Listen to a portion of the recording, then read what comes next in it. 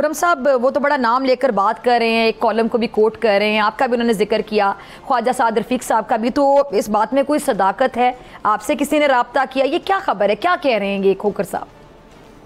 जी, ये मामला ऐसा है जिसकी तस्दीक भी मुश्किल है और इसकी तरदीद भी मुश्किल है, क्योंकि हमें तो एक बहरहाल नतीजा हमारे सामने है और उस दिन के बाद से बहुत सारे ऐसे शवाहिद मिल रहे हैं कि ये जो नतीजा कम अज़ कम इस हल्के का था वो तो अवाम की वो राय नहीं थी, उसको किसी तरीके से बदला गया है। और यहाँ फिर वो सारे जो इश्यूज़ हैं कि किस जमात के हक़ में और किसके ख़िलाफ़ हुआ, वो सब कुछ उल्ट पुल्ट हो जाता है। तो इसलिए अभी इस पर एक हतमी राय देना कबल अज़ वक्त होगा। हम अपने शवाहिद इकट्ठे कर रहे हैं और जब इंशाल्लाह शवाहिद इकट्ठे हो जाएंगे तो फिर आपके पास भी आएंगे और अदालतों में। ये तो सर आप बड़ी खबर दे रहे हैं इंजीनियर साहब, आपने कहा कि शवाहिद इकट्ठे हो रहे हैं, अभी ना तस्दीक हो सकती ना तरदीद हो सकती है, यानी आप भी कुछ मखसूस जमातों की तरह कहना चाह रहे हैं कि आपके वोट पे भी डाका डाला गया?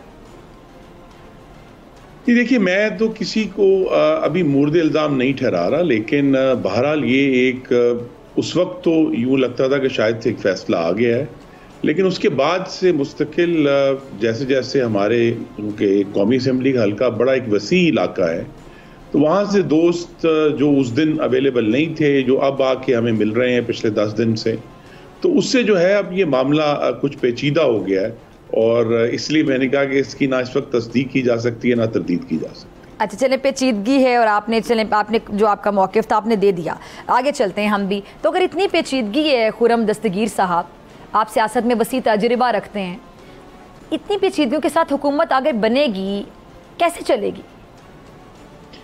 जी, हुकूमत बड़ा चैलेंजिंग काम है। आपने अपने नाजरीन को बताया कि सदर का ओहदा और वज़ीर आज़म का ओहदा, ये सिर्फ 2 चीज़ें हैं उन 6 चीज़ों की जो इस वक्त पीपल्स पार्टी और मुस्लिम लीग नून के दरमियान मेज़ पर हैं। सदर का ओहदा, वज़ीर आज़म का ओहदा, चेयरमैन सेनेट का ओहदा, अभी सेनेट गवर्नर्स, और उसके बाद फिर स्पीकर कौमी असम्बली का ओहदा, ये 4 तो आईनी ओहदे हैं। हाँ। उसके बाद जो गवर्नर्स हैं उनका ओहदा भी, और अगर आप माशाल्लाह आप देखती हैं सारे मामलात को बड़ी गहरी नज़र से, तो पंजाब और बलोचिस्तान में किस जमात का क्या हिस्सा होगा इसका भी अभी फैसला होना है।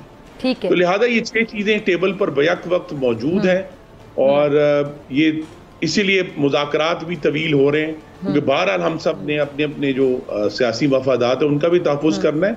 लेकिन ये मैं आपको कह सकता हूँ कि मुस्लिम लीग नून के सामने जो सबसे बड़ा मकसद है, ओहदों की जो गुफ्तगू है वो अपनी जगह पर, लेकिन एक ऐसी मुस्तहकम हुकूमत कायम हो जिसको हर हफ्ते जो है वो अपने हवारियों के साथ बारगेनिंग ना करनी पड़े बिल पास करवाने के लिए या मुश्किल स्टेप्स काबीना में लेने के लिए। तो इस्तेहकाम जो है इस वक्त सियासी इस्तेहकाम ही इस सबसे ज्यादा जरूरी है, क्योंकि उससे ही मुआशी इस्तेहकाम बाहर आएगा।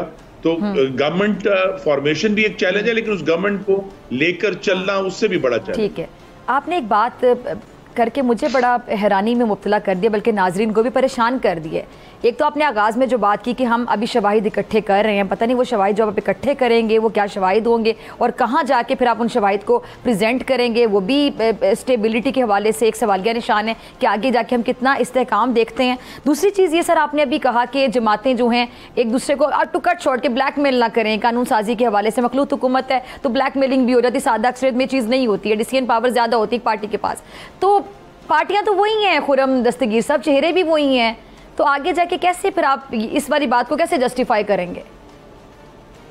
जी नहीं, जस्टिफाई नहीं करना, हमें तो कौम को आगे लेकर जाना है। और जो जमातें पिछली 16 माह की हुकूमत में शामिल थी, 15 जमातें गालिबन अगर आप इकट्ठा करें सबको 15 जमातें बनती हैं, उन्होंने पाकिस्तान की इस वक्त जो मुआशी सूरत हाल है जो बहुत ही मखदूश सूरत है उसको बड़े करीब से देख लिया है। तो मुझे तो ये तवक्को है कि हम चाहेंगे कि हम अपने सारे पाकिस्तानी भाइयों और बहनों को पूरे मुल्क के तूल और अर्ज में उनको वो इस्तेहकाम फराम करें, लेकिन साथ ही जो पार्लियामान का काम है कि हम अवाम को ये बता भी सकें कि अगर हम ये मुश्किल फैसले कर रहे हैं तो इसमें अगर आर्जी तौर पर तकलीफ है लेकिन आने वाले दिनों में बेहतरी होगी।